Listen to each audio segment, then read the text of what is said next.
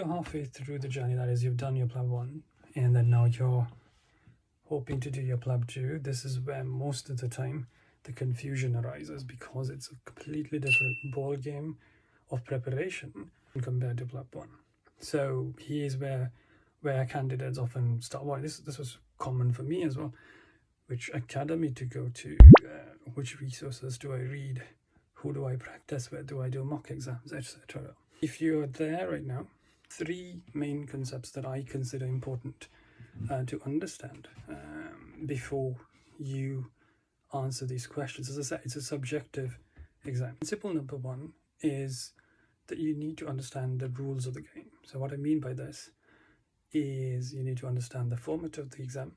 You need to understand what they're assessing you with, whatever knowledge that they require you to have, and how they assess you.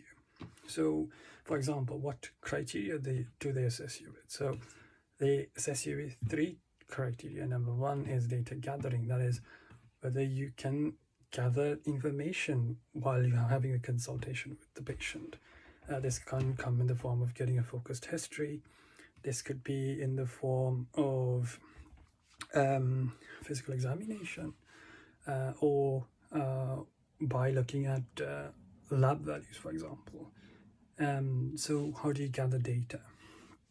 And then the second thing that they assess you upon is medical management. So the problem here is they're not necessarily looking for focused medical management alone. They're looking at a very holistic approach of management. So often candidates are very good with their medicine, but unfortunately overlook managing the whole situation as such, because patients don't only come into the doctors or the hospitals just a medical condition. So the principle here is to be able to manage a situation rather than a condition. So understanding that is extremely important when it comes to management.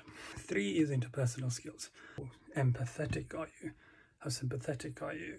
And this has to be natural, not very artificial as well. So these are some of the places that we need to, as candidates, be aware of. Point number 2 is to make a honest assessment of yourself. Candidates or doctors come into this journey in various stages of their career.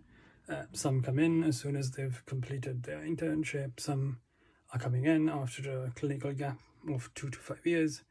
And then a few others are in routine practice, and this is basically bread and butter to them. Having an honest assessment in regards to whether you could, how good are you with getting a focus history? How good are you with managing a situation? How good are you with the guidelines? How good are you with medical management? How good are you with your communication skills? An honest reflection on an assessment has to be made.